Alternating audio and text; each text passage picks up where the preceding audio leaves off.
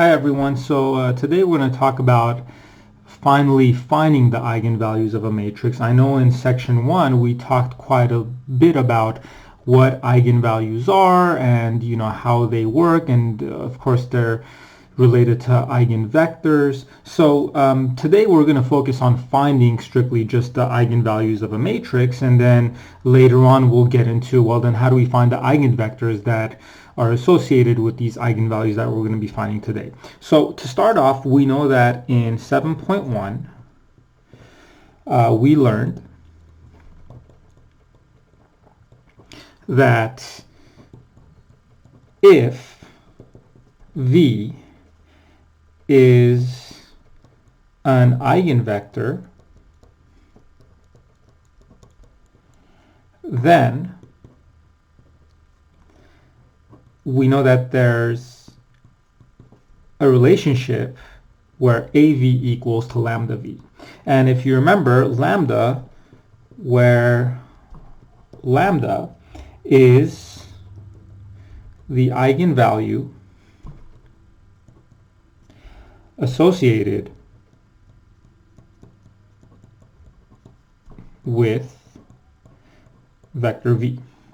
Okay, so that's what we talked about in 7.1. So now our focus is going to be to find this lambda. So given a matrix A, we're going to say, okay, well, what are the eigenvalues of this matrix? And then we're going to say later on, well, then how do we find this vector V, which is the eigenvector that will pair with this eigenvalue that we're going to be finding with. So let's just talk about, well, how are we going to do this now? How are we going to find these eigenvalues? And it's actually very interesting how this works out, because just using our known facts, we can kind of come up with a nice convenient way of finding these eigenvalues. So starting with what we know that, hey, if I have an eigenvector, then we know that this statement is true, right? So we know that AV equals to lambda V, which this implies we have AV minus lambda V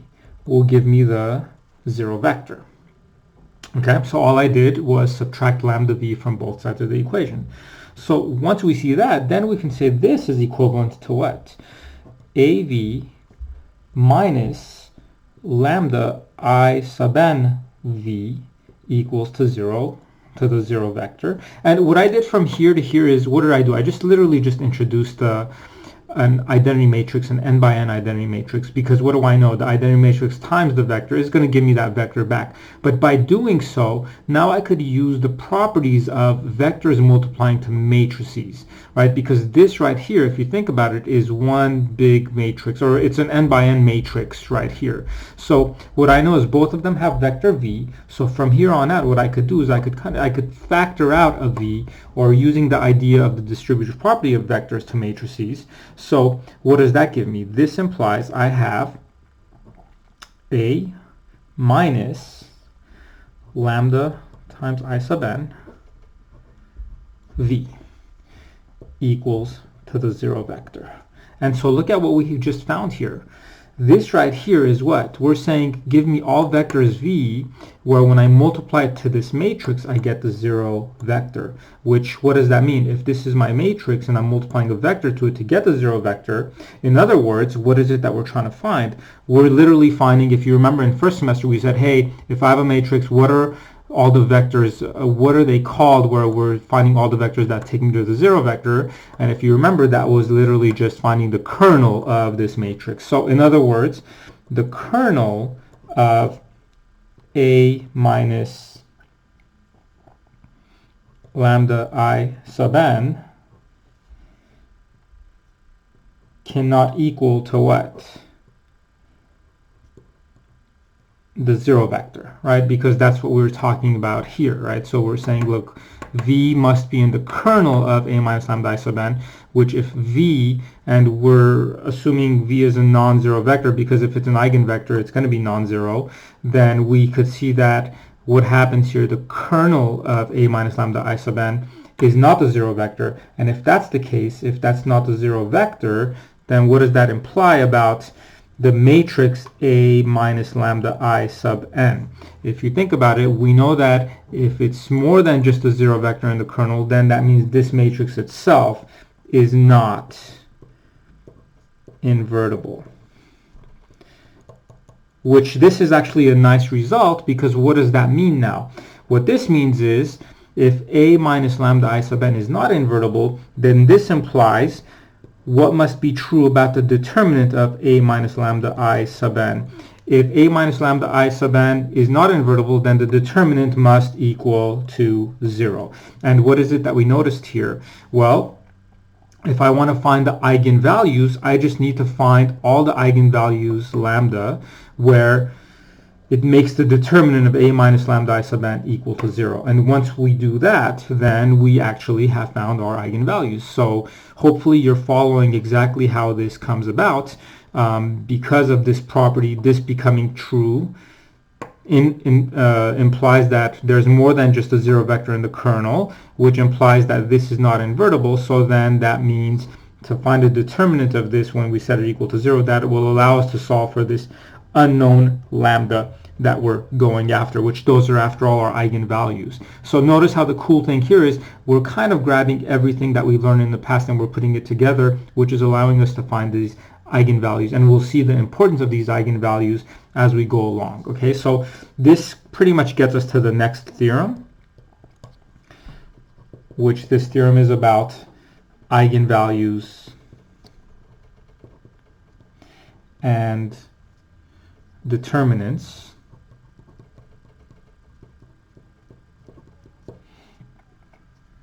And also we'll define the characteristic equation. Okay, so let's go through this, and we've pretty much proven this theorem. So we have to consider an n by n matrix A and a scalar lambda. We would then say then lambda is an eigenvalue of A if and only if the determinant of A minus lambda I sub n equals to 0. Okay, and we showed this prior to talking about this theorem. So then also the determinant A minus lambda I sub n right here that we're talking about, this is known as the characteristic equation of matrix A, which when we grab this determinant and set it equal to 0. So this is called the characteristic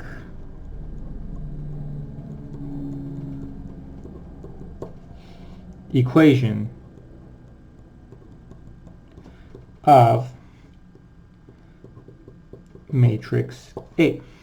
Okay, so with that said, now let's go ahead and find, do some examples where we are finding eigenvalues. So for example 1,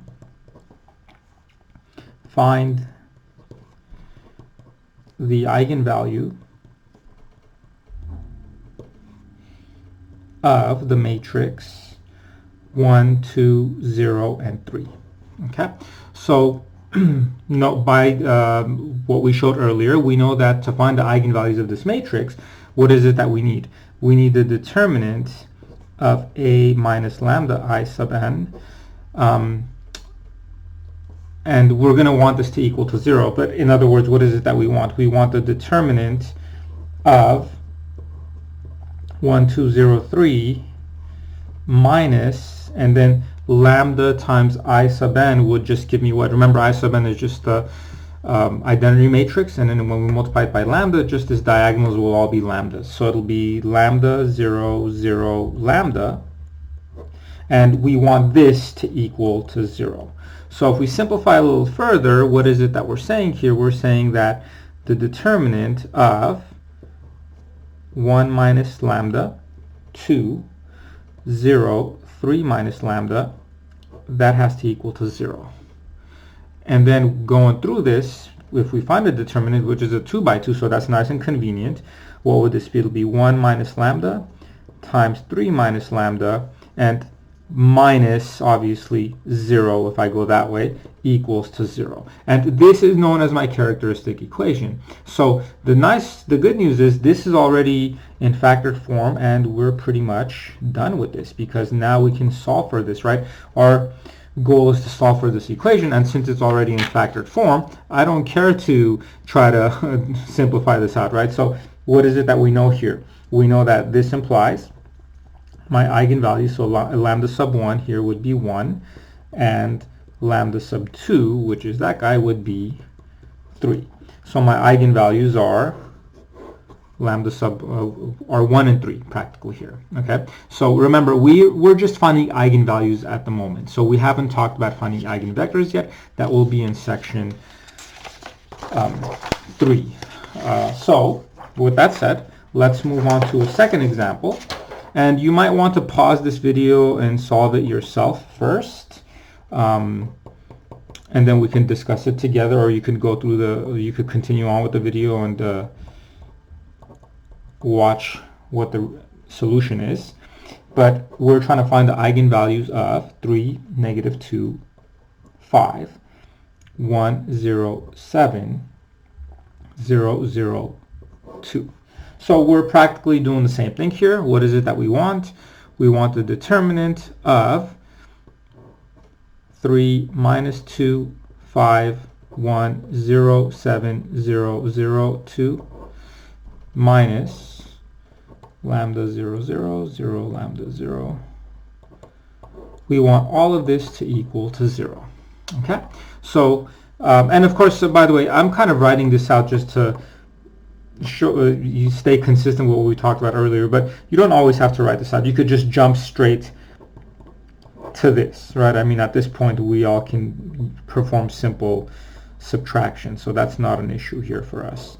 So we have 1 negative lambda 7, 0, 0, 2 minus lambda equals to 0. So what I need to do here is I need to find the determinant of this guy. So we can use Cyrus's rule. So if we do that, we can easily see what we have then. 1 negative alpha lambda 7, 0, 0, 2 minus lambda. And then we are going to copy down the next two columns over. So if I find a determinant of this, what is it that we notice? Going from left to right, this is the main diagonal I need, right? Those are going to zero out. So I just need that product, which will be 3 minus lambda times negative lambda times 2 minus lambda minus, now going this way, see, I don't care about that row or diagonal, this diagonal, that's the only diagonal I care for, which would be what? Negative 2, 1, 2 minus lambda equals to 0. Now, instead of distributing this, what I notice here is that I could distribute it and try to factor everything, but we're better off just trying to factor the 2 minus lambdas. I think that would simplify much cleaner. So if I factor out the 2 minus lambda, what am I left with here?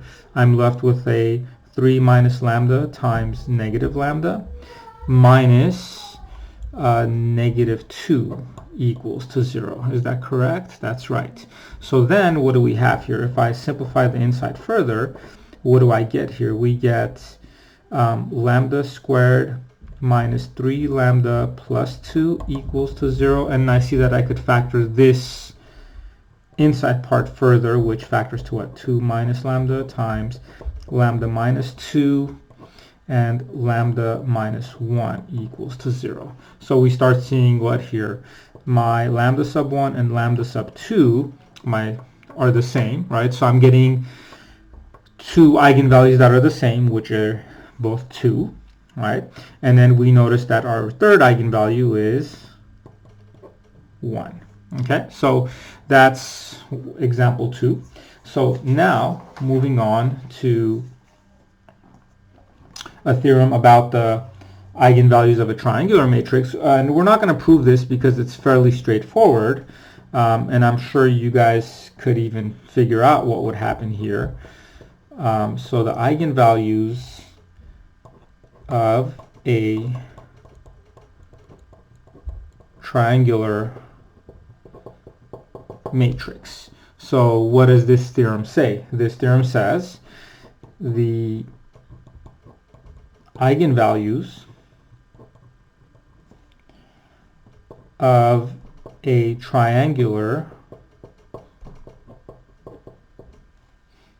matrix,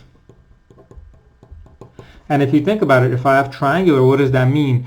My diagonals are non-zero, but either above or below the diagonals are zeros. And notice how what happens when we're finding the determinant of a minus lambda I sub n. It's just when we subtract it, the lambda I sub n is mainly changing the diagonal entries of my matrix anyway. So if it's triangular, and when I find a determinant, what is it that we're going to notice? My determinant is only going to consist of just the diagonals. If you remember when we talked about determinants, we noticed that triangular matrices, the determinants are just a product of the diagonals. And if you take the product of the diagonals, then you're only going to get things like something like this, right? Just like that right there, and nothing else. So if, like, let's say this was just triangular, then you would get this, which you could see that your eigenvalues would just literally be its diagonal entries. So that's where we're getting at here. So if you find the eigenvalues of a triangular matrix, there's not much work involved because it just becomes its diagonal entries. So are its diagonal entries. Okay, so that's theorem 7.2.2. So now let's move on to our next definition of the trace. Okay, so that's a very simple idea. So let's first define what a trace is, and then we're going to notice the kind of a nice characteristic of the trace that is going to show up over and over and over. Okay, so what is the trace? The trace is simply the sum of the diagonal entries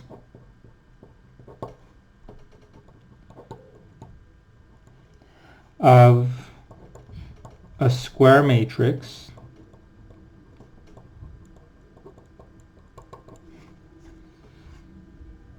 A is called the trace of A.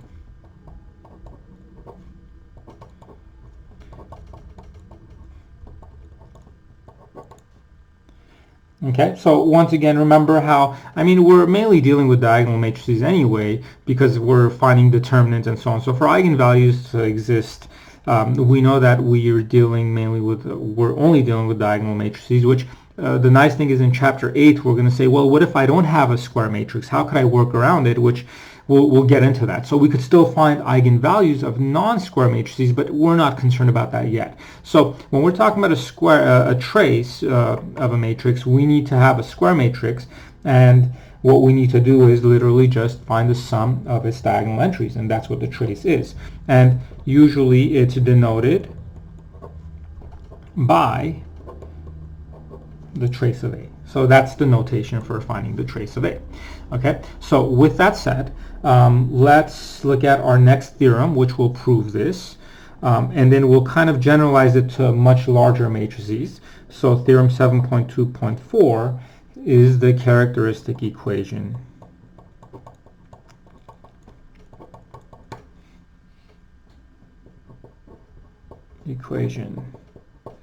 of a 2x2 matrix A. So we're going to be able to kind of generalize the characteristic equation of a 2x2 matrix A. So here's what we know. So we know that the characteristic equation as defined earlier is what? The determinant of A minus lambda of I sub 2, okay, which why is it I sub 2? It's because we're dealing with 2x2s for now. So the characteristic equation for this guy, which this is my characteristic equation, that always ends up being lambda squared minus the trace of A times lambda plus the determinant of A equals to 0. So that's my characteristic equation. So we know that So what is this theorem saying? It's saying, look, if you ever have a 2 by 2 matrix, its characteristic equation is just lambda squared minus the trace of A times lambda plus the determinant of A. So if you just do this and set it equal to 0, that's equivalent to you going through the whole process. So let's actually prove this. And the proof isn't that difficult, but it's just a process that we can follow, and if we want, we can just always use this as our characteristic equation rather than going through what we did in example 1. Okay, so if we let A equal to a square 2 by 2 matrix, and then we know that lambda I sub 2 would just be lambda 0, 0, lambda. So then we could say, based off of this, if I were to find the eigenvalues of this matrix A, I first need to find this characteristic equation, which that's where we're going to stop, and we're going to notice that, what do I want? The determinant of A minus lambda, B, C, and D minus lambda, we want that to equal to 0. Okay? So then if I find the determinant of this, what is it that we notice? If I cross multiply, I get A minus lambda, D minus lambda, minus BC equals to 0. Okay? Which then if I square this or FOIL this out, what do I get here? I get AD minus A lambda minus D lambda, and then plus lambda squared, and then we have that minus BC equals to 0. So if you look at this, if I reorganize this, then I'm going to get exactly what this is. So if I grab this and rearrange it, what do I get? I get lambda squared plus, or in fact, well, let's do this, minus A lambda minus D lambda plus AD minus BC equals to 0. So from this, if I factor out a negative and I factor out a lambda, what do I get? I get lambda squared minus A plus D lambda. Okay, so I just factor out a negative and the lambda plus AD minus BC equals to 0. So if you look at this, what do you notice here? What's A plus D? Well, that's the sum of its diagonals, which is the trace. What's AD minus BC? That's the determinant of A. So this becomes lambda squared minus the trace of A times lambda plus the determinant of A equals to 0. And there you have it. We just proved that our characteristic equation of a 2 by 2 matrix is in fact lambda squared minus the trace of A times lambda plus the determinant of A. Okay? So now let's talk about what happens to the characteristic polynomial, which is not so straightforward. We don't have a specific formula for it, but something does happen. So if we were to change this, so if we were to change this to any size matrix, which that's what this next theorem is going to say. So if we talk about the characteristic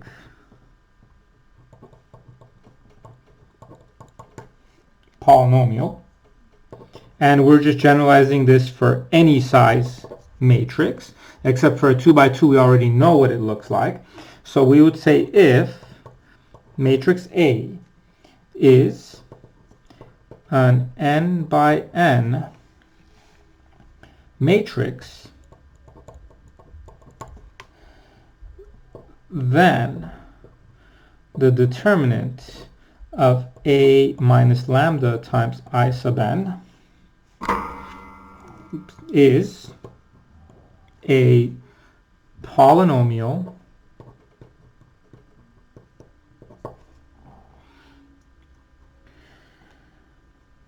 of degree n.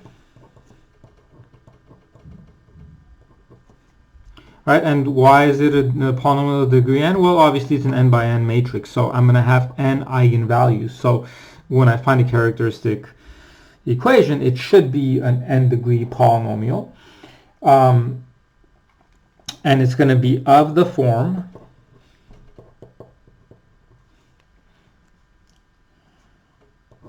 negative lambda to the power of n plus the trace of A times lambda to the n minus 1 plus, and there's going to be some terms in between, plus the determinant of a, which we can just rewrite this as what? Negative 1 to the power of n times lambda to the power of n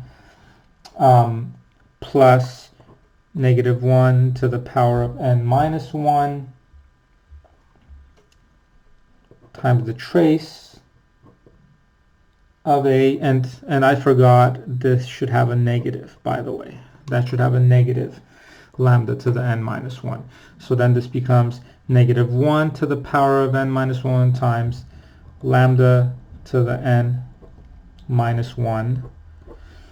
And then plus, we have some stuff, plus the determinant of a.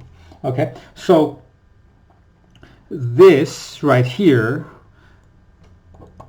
this is called the characteristic polynomial of a.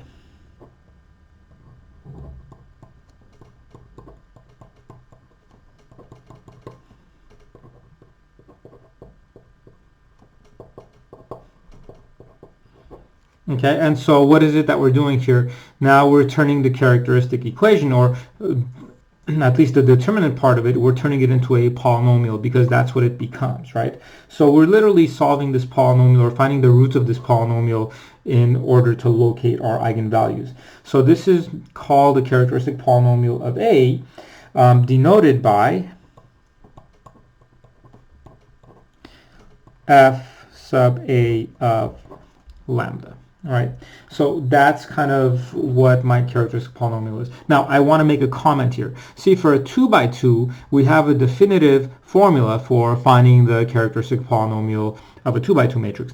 Now, for an n by n, what is it that we're saying here? There's some stuff in between that we ourselves need to find. But this theorem, what is this characteristic, or what is this theorem saying? First of all, it's kind of showing us what a characteristic polynomial is. Secondly, it's telling us that you're always, the trace of a and the determinant of a are always going to show up in any kind of a characteristic polynomial that you find. And this could be of any size matrix. The good news is, for a 2 by 2 matrix, you literally have just the lambda to the power of n, trace of a times lambda to the power of n minus 1, and then you get the determinant of a. But if my polynomial becomes greater than, or my matrix is larger than a 2 by 2, then what's going to happen is, see, if I'm talking about a 3 by 3, what will happen? This will be to the third power, this will be to the second power, and somewhere in here there should be what? A lambda to the 1 to the power of 1 plus the determinant of a. So there's some in between here which we don't have a formula for, where we would have to find if it's greater than a 2 by 2. So hopefully you're seeing the pattern. If it's a 5 by 5 matrix, this would, n would be 5, then it would be lambda to the 4th, then there'd be lambda cubed, lambda squared, lambda plus the determinant of a. But what's nice is we're being told that the determinant of a, the trace of a, are always going to be tied to this characteristic polynomial. Okay, they're always going to be showing up. So let's move on to our next definition. Okay, so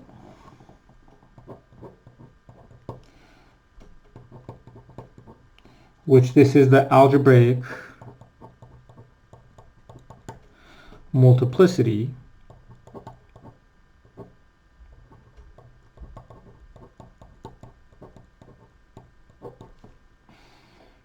of an eigenvalue. Okay, so if we're talking about the algebraic multiplicity of an eigenvalue, I'm sure you have a good idea as to what this is, because when we talked about multiplicities in algebra and pre-calculus and so on, this is the same thing going on, right? Because we do have a polynomial function, as we just defined the as we just defined our what do you call it, our characteristic polynomial. That is a polynomial function, so we will be able to find its eigenvalues. Okay, so we say that, and when we do find its eigenvalues, then we can count to see how many of them we have. So we say that an eigenvalue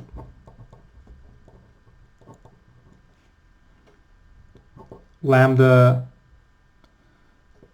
sub 0 of a square matrix has, or of a square matrix A has algebraic multiplicity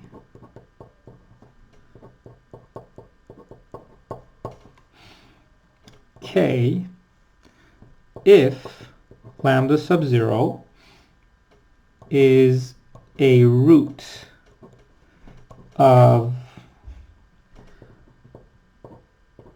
multiplicity K of the characteristic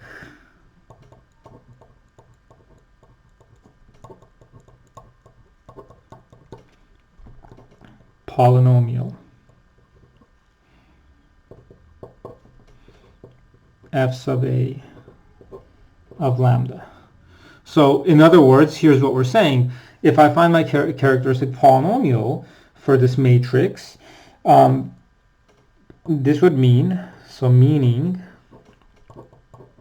that we can write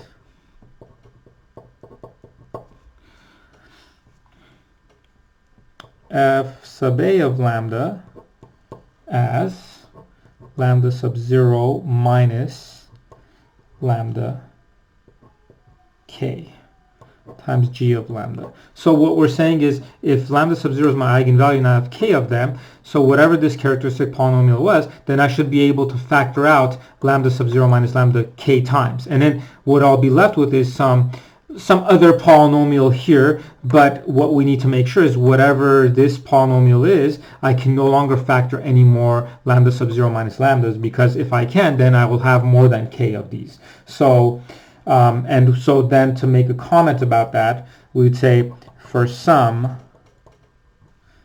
polynomial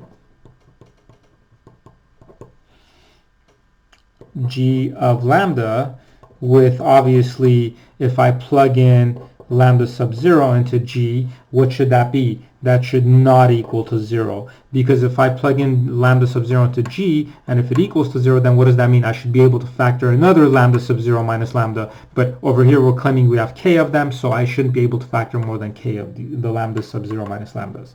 So the notation for this is, we write the algebraic multiplicity of lambda sub 0 equals to k. Okay, so that's basically what it would be. So for example 3, we'll find these eigenvalues, and then we'll more importantly identify their algebraic multiplicity. But I'm just going to jump straight to the characteristic polynomial. And if you want, you should probably try to find this on your own, but I'm pretty sure you'll be able to figure this out. So if I said find the eigenvalues of matrix A, which if I just fill it up with a 3 by 3 matrix with 1s, so and I want you to give their algebraic multiplicities. Okay, so let's jump straight to the characteristic polynomial. So I'm just going to go ahead and give this to you. Now hopefully you know how to find it. It'll just be literally the characteristic polynomial of this guy is just the determinant of a minus lambda times I sub 3.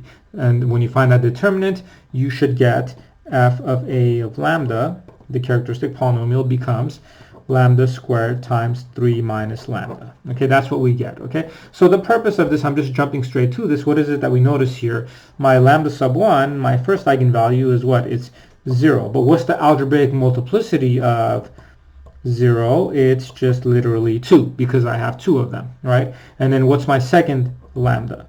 It's 3. My second eigenvalue is 3. So what is the algebraic multiplicity of 3? That's just 1. Okay, and sure enough, notice how my number of eigenvalues should match up the number of the size of the matrix, right? So this is 3 by 3. I expect to get 3 eigenvalues, except if you look at this, I have 2 distinct eigenvalues, but I have 2 zeros and 1 3, which that's kind of what we're going to talk about next, which is this next theorem.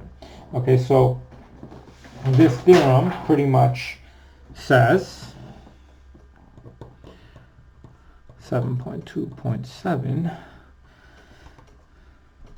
which is the number of eigenvalues, which I kind of already mentioned and we talked about as to how many we would need. So we can say that an n by n matrix has at most n real eigenvalues, even if they are counted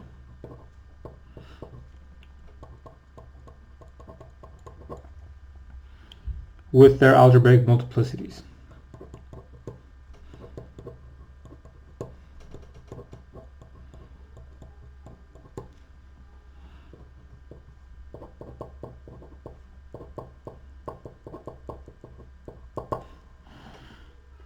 Okay, so then we could say, we also can say then, if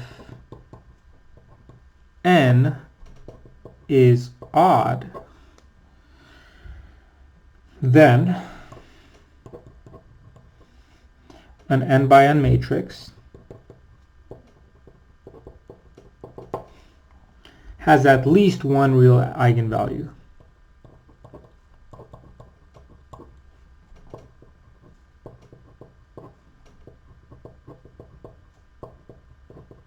Okay, so if you look at this theorem, what is this theorem doing? It's kind of counting out the number of eigenvalues that we have, but its focus is more on how many real eigenvalues we have.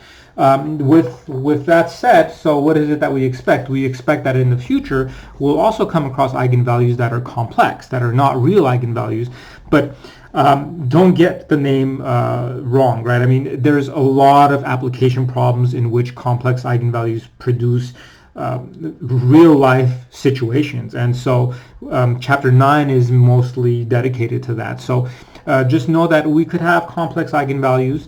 In fact, all of our eigenvalues could be complex if we have an even number, because now hopefully you understand why if n is odd, then we're guaranteed to have at least one real eigenvalue, because if you remember, complex roots come in conjugate pairs, so we can only have an even number of complex eigenvalues. So if it's an odd square matrix, then we know that we will have at least one real eigenvalue. Okay, so moving on to our fourth example, which this is actually a very nice result. So this fourth example is kind of going to get us into the next theorem, and then that'll pretty much wrap up this section. But this is actually a very, very nice result that we're going to see here. So if we were to say A is a 2 by 2 matrix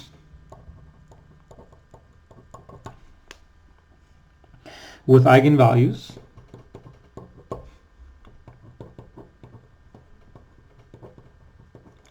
lambda sub 1 and lambda sub 2. So we're making our eigenvalues arbitrary here.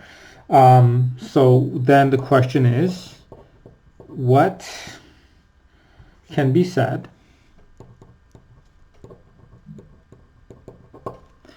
about lambda sub 1 plus lambda sub 2 and lambda sub 1 times lambda sub 2.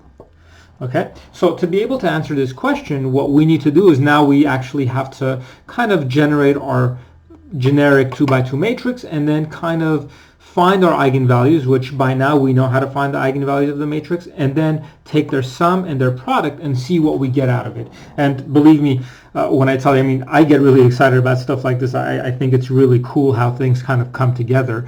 So hopefully you find it as cool as I do, but if you don't, you can just pretend, right? I mean, that's kind of what at least I would prefer for you to do. So if we take a look at this, if matrix A, if we say let matrix A be filled with entries A, B, C, and D, so now we want to find its eigenvalues lambda sub 1 and lambda sub 2, and then we'll see what their sum and their product will give. So then the determinant of A minus lambda, B, C, and D minus lambda, this has to equal to 0 for us to find our eigenvalue. So if I find my characteristic polynomial here, what do I get? I get A minus lambda, D minus lambda, plus or minus BC equals to 0. And then if I multiply this out, what do I get? I get lambda squared minus A lambda minus D lambda plus AD minus BC equals 0. And you could have also used the formula for the characteristic polynomial we came up with earlier. But with that said, let's kind of go forward with this. So what would this be? Lambda squared. If I factor out a lambda, okay, so now I just need to solve this. Now when I'm solving this, there's multiple ways we could solve this. We could try to solve this by factoring, but I'm not going to do that. You know, instead, I think the more convenient way is to try to use the quadratic formula for this. So if I solve this by using the quadratic formula, what is it that we notice here? So lambda equals to, what is it? It's negative b, which would be the opposite of that. So it'll be a plus d, right? Because I just multiplied a negative, plus or minus square root of b squared, which is negative a minus d squared, right, minus 4 times a, which is 1, times c, which this whole thing is my constant, isn't it? So it'll be times ad minus bc all over 2a, which just becomes 2. So in other words, what is it that we're saying now? If you look at this, and I'm just going to leave it like this, I'm not going to simplify further until later. So what is it that we know? Lambda sub 1 is what? A plus d plus the square root of negative a minus d squared minus 4 times ad minus bc all over 2. And what's lambda sub 2?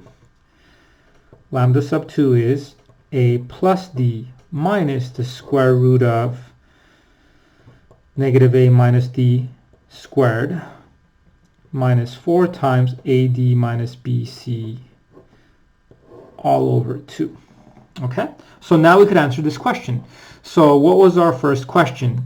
Our first question was, and by the way, hopefully you see where I found the lambda sub 1, lambda sub 2. It's just plus or the minus, right? The plus is 1 and the minus is lambda sub 2. It doesn't matter which one you give the plus and the minus to, okay? But to answer this question, what's lambda sub 1 plus lambda sub 2? And hopefully you see why I didn't simplify this. But what do I get as far as lambda sub 1 plus lambda sub 2? If I add these guys together, the a plus the d, what does that give me? That gives me 2a plus 2d. And my denominators are already the same, so that's over 2. But then what's nice is this ugly stuff in this square root and that ugly stuff in the square root, they're exactly the same, but these are opposites, so they cancel out. So what do I get? I get 2a plus 2d over 2, which becomes a plus d. So what is it that I noticed here? The sum of my eigenvalues actually became what? The trace of a. So what is it that we noticed here? Lambda sub 1 plus lambda sub 2 is equivalent to, the trace of a is equal to the sum of its eigenvalues in this case. Okay? So now what happens when we multiply lambda sub 1 and lambda sub 2 together? If I take the product, what do I notice about lambda sub 1 and lambda sub 2? Notice how the square roots, they're conjugates. And anytime you multiply conjugates together, so if I kind of consider this as one pair and one pair, when I multiply conjugates together, what's the good news? The middle terms cancel out. So when I multiply lambda sub 1 and lambda sub 2 together, what do I get? I get the a plus d squared. The middle stuff cancel out, and then what do I get? I get minus what's left in the inside. So it'll be minus parentheses, it'll be what? Negative a minus d squared minus 4 times AD minus BC all over 4, because it's 4 because I'm multiplying these out. So what is it that I notice here? By the way, negative a minus d squared, isn't that the same thing as saying negative 1 squared times a minus d squared? Right, and then what's negative 1 squared? Right, so from here, what did I do? I just factored out a negative 1, so that is equivalent to that, except negative 1 squared is just 1. So what does this become? This becomes a plus d squared minus, and this should be a plus d, not a minus, sorry, because I factored out a negative from it, right? So it'll be minus a plus d squared, and what I'm doing is that now I'm just distributing this negative. So this minus is that there, and if I distribute it there, and what do I get? Plus 4 times AD minus BC all over 4. And then what do we notice about the a plus d squareds? They cancel out, and what am I left with? 4 times AD minus BC all over 4, which notice how these cancel out, and what am I left with? AD minus BC is literally what? The determinant of A, right? Because the determinant of A is AD minus BC, and I get AD minus BC. So in other words, what is it that we noticed here? Lambda sub 1 times lambda sub 2, or the product of my eigenvalues, gave me the determinant of the matrix A. Now this is actually really cool, because now we found another way of finding the determinant of matrices, right? It's kind of like, if I have the eigenvalues, then I could find the determinant of that matrix without really having to do much more work. Now granted, I need to have the eigenvalues, right? So that in itself is some work. But if I ever give you the eigenvalues of a matrix and say, find me the determinant of that matrix, you wouldn't even waste your time trying to find the determinant of the matrix. Just take the product of the eigenvalues, because that's how it works out. So to finish the notes off here, this just generalizes it for any size matrix, which it also works for all size matrices. So we can say that eigenvalues, determinants, and trace. So we pretty much proved this for a 2x2 case in the previous example, but what we're doing here is what we're going to be tying literally the eigenvalues to the determinants of a matrix and the trace of a matrix. So we have, if an n by n matrix A has the eigenvalues lambda sub 1, lambda sub 2, all the way to lambda sub n, listed with their algebraic multiplicities,